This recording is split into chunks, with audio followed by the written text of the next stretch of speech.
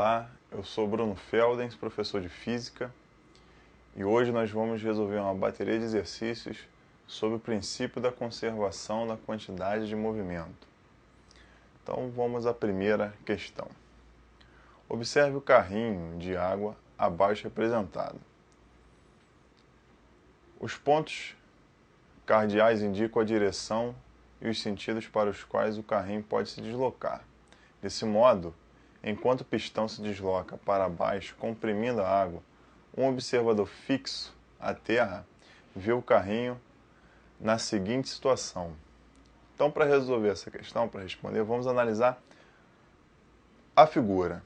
Então, você tem aí o carrinho com água, tem um pistão ali no meio, na parte de cima. Comprimindo esse pistão, a água vai ser expelida pelo orifício. Então, a água vai ir no sentido leste. Se a água vai ser expelida no sentido leste, o carrinho vai andar no sentido oeste. Então, a resposta correta é a letra A. O carrinho vai mover-se para oeste.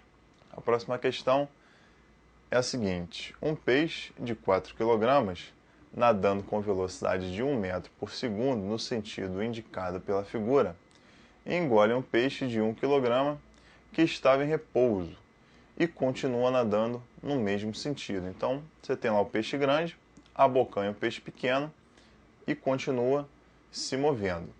A velocidade em metros por segundo do peixe maior imediatamente após a ingestão é igual a... Então, para calcular isso aí, a gente vai usar o princípio da conservação da quantidade de movimento, que diz que a quantidade de movimento antes é igual à quantidade de movimento depois. A quantidade de movimento se conserva.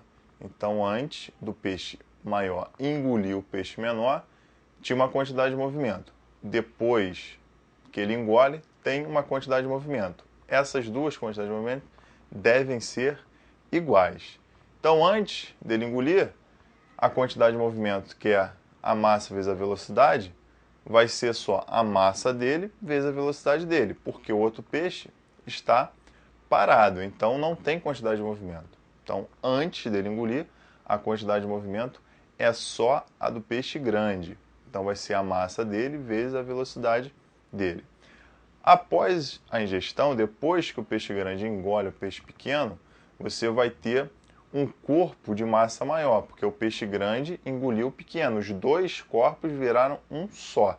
Então, a massa após a ingestão vai ser a massa do peixe grande mais a massa do peixe pequeno, vezes a velocidade que ele quer saber. Então, você vai ter 4 vezes 1, que é a massa do peixe grande vezes a velocidade dele antes de engolir, é igual a 4 mais 1, que é a massa do peixe grande mais a massa do peixe pequeno, vezes a velocidade que ele quer saber. Então, a velocidade velhinha vai ser 5 sobre 4, que é igual a 0,8 metros por segundo, letra B. A próxima questão diz assim: um certo núcleo atômico, N, inicialmente em repouso, sofre uma desintegração radioativa, fragmentando-se em 3 partículas, cujos momentos lineares são P1, P2 e P3.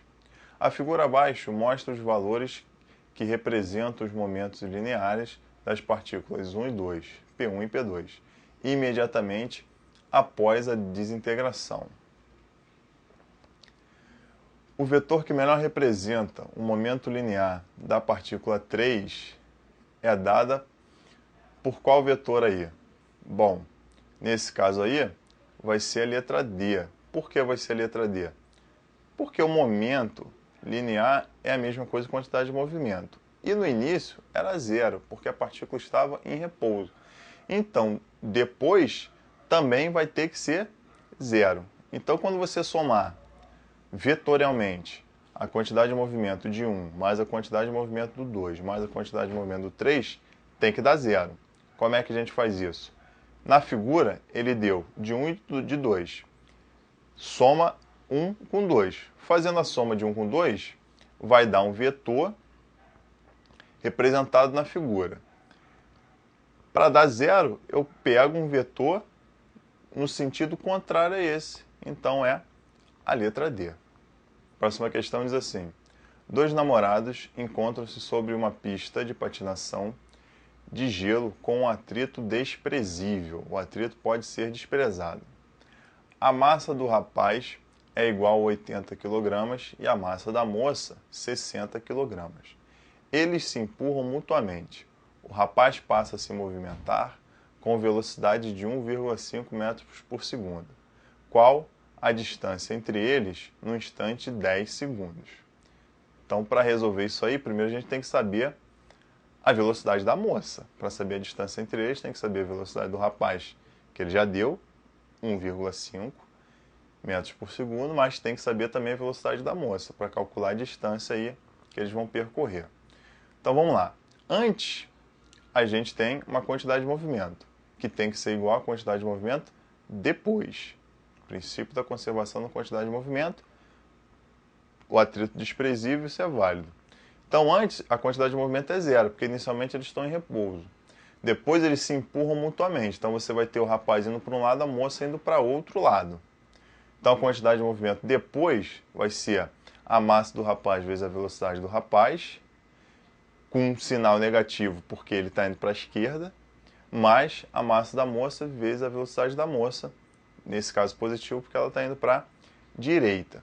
Então, a gente vai ter 0 é igual a menos 80 vezes 1,5, porque a massa do rapaz é 80 e a velocidade dele é 1,5, mais 60 vezes V, porque a massa da moça é 60 e a velocidade a gente quer saber. Então aí a gente vai ter 60V é igual a 120.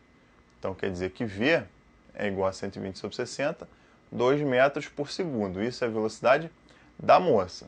A velocidade relativa do rapaz e da moça vai ser 2 mais 1,5. Lembrando que a velocidade relativa, se o sentido da velocidade é o mesmo, a velocidade relativa é um menos a outra. Se os sentidos da velocidade são opostos, então a velocidade relativa vai ser um mais o outro. Nesse caso, as velocidades têm sentidos opostos. Então a velocidade relativa é a soma delas. 2 da moça, a gente acabou de calcular, mais 1,5 do rapaz que o problema deu. Então a velocidade relativa vai ser 3,5 metros por segundo.